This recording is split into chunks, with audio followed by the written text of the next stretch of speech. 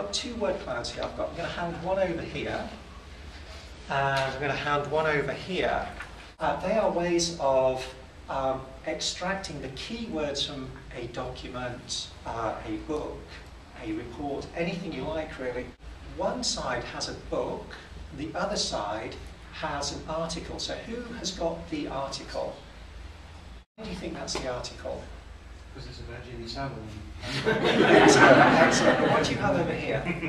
1984. Excellent. So that's a Wikipedia article on 1984, and it's just pulled out the keywords. That was a Guardian article about Jimmy Savile and our kind of perception of how somebody like Jimmy Savile can remain undetected for so long. I'd like to show you how to create a word cloud, and this is simply because it is so quick and easy to do. There may be people that don't know how to do it and might think, oh, actually, you know, I'd really like to use that in my own kind of practice. Using a website called Tags, there are many different websites out there, but this is my preferred one. So is there a document that anybody would like to pull the kind of the key words from? Any kind of topic? Nihilism.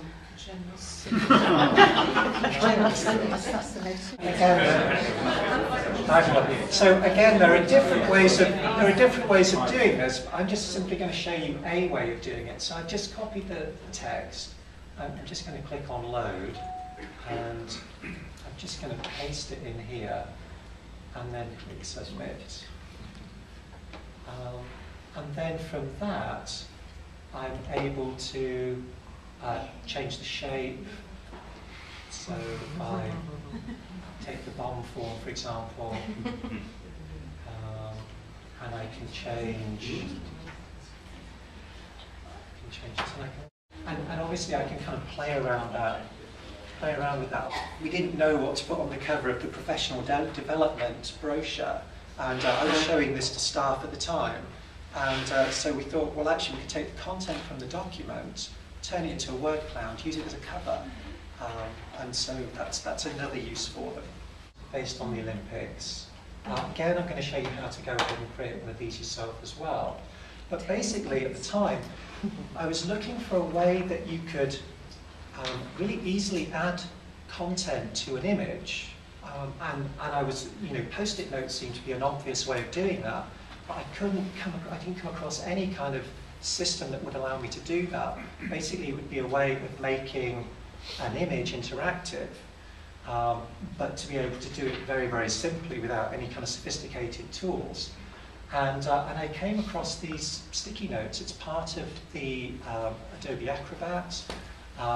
You can either use Adobe Acrobat Professional, or you can use Adobe Reader. Okay, so now there are some questions that have gone out there. I'm just going to read this out, and whoever's got the sheet, if you can respond to that. So how many times has France been the host for the Olympic Games, and in which years?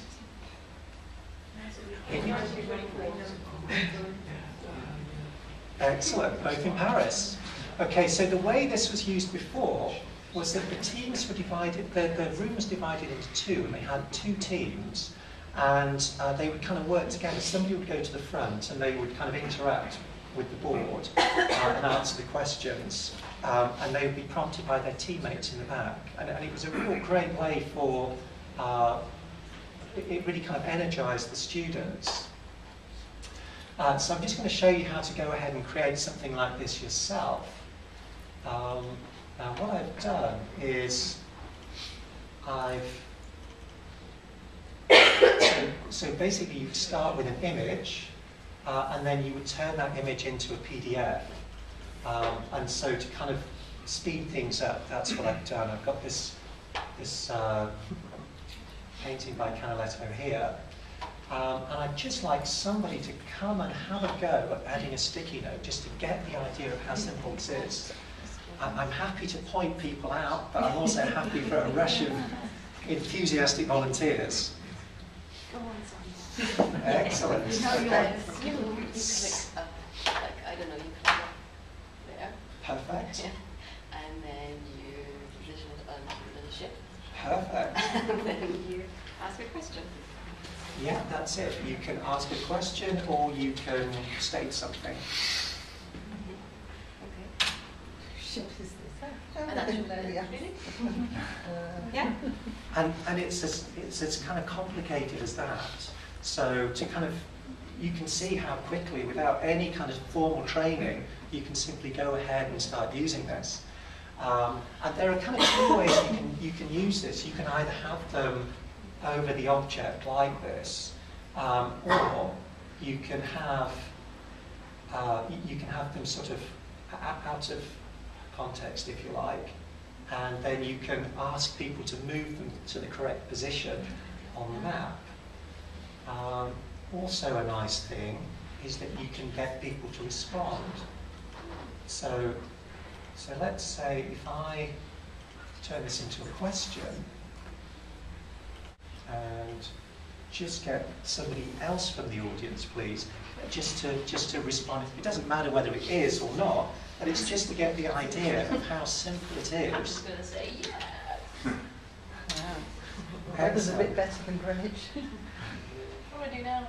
You click into the Oh, picture itself. yeah, just click into the... There we go. Yeah, so there you go. So that's how you can very quickly create a sort of an interactive exercise.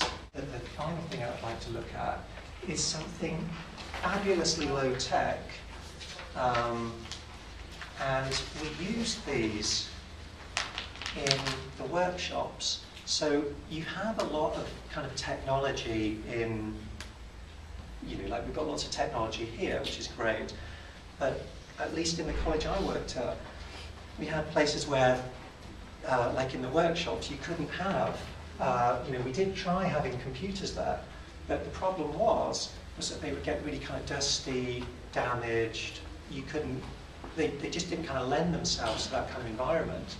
So what we did was we created like how-to guides, basically videos that we put on YouTube, added a QR code, and then we put these around the workshop, and so when students had questions, the tutor might direct them to a particular video.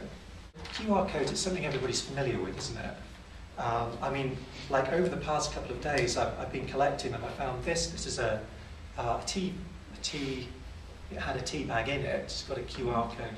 Not that everybody needs to know what these look like, but basically they are kind of saturated.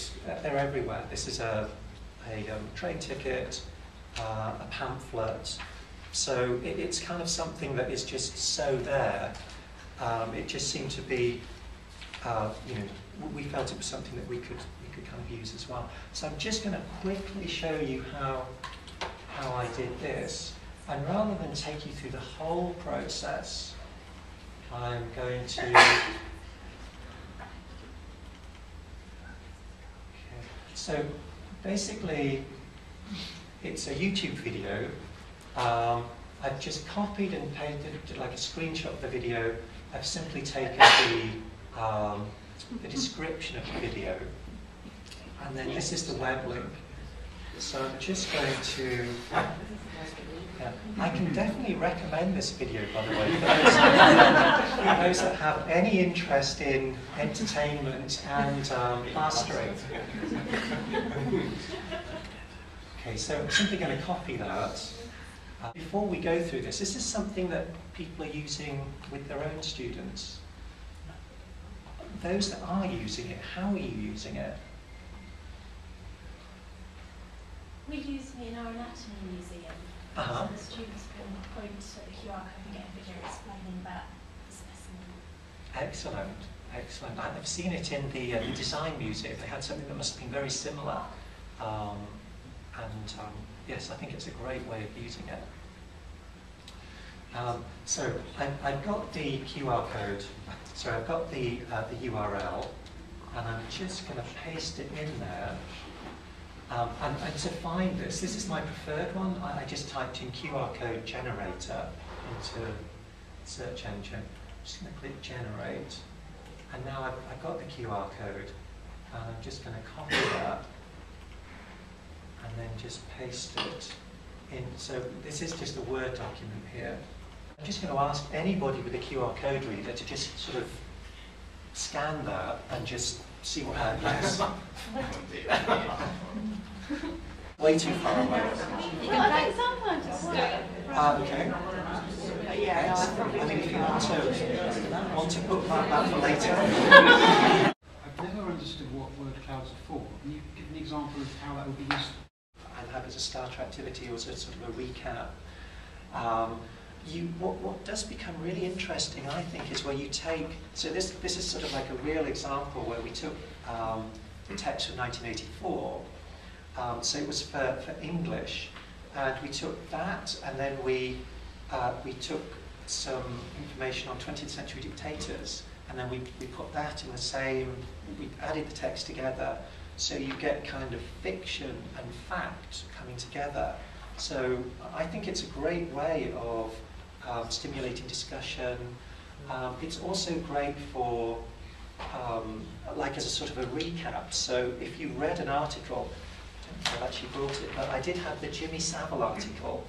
And if you've read that, then when you look at the word cloud, you can instantly pull that information. So yes, so very good for kind of recapping. We found that not only staff liked it, but students liked it as well. Yeah. Just to add to that, I mean, I remember at Goldsmiths, or even in politics, I think it could be quite useful as well. I think newspapers, especially when Whirl came up, newspapers were quite interested in kind of doing a quick whirl on speeches that had just been given. You could see in an instant, what the mot du jour, in that particular speech is austerity everywhere and freedom very little. So it's just kind of a, let's just say, a quick introduction to a discussion or a quick overview of what you're about to read. I think mostly I assume people are using it to prettify that stuff, but it is quite, I like it. Yeah, I guess I need to say that everything I've shown you is not cutting edge and it's not new, but it was a way to, because they're so kind of quick to sort of create, we found that staff, as I say, that felt kind of intimidated by technology and e-learning, all of a sudden they felt kind of empowered, and it actually became a way, once they were doing this, then they were interested in, like not using other people's videos, but creating their own videos. And so that kind of went off in one avenue. And then, so we've got these videos, how do we kind of keep all these links together? So it was a great way to kind of engage with staff and to kind of, get them to use e-learning more and more within their teaching.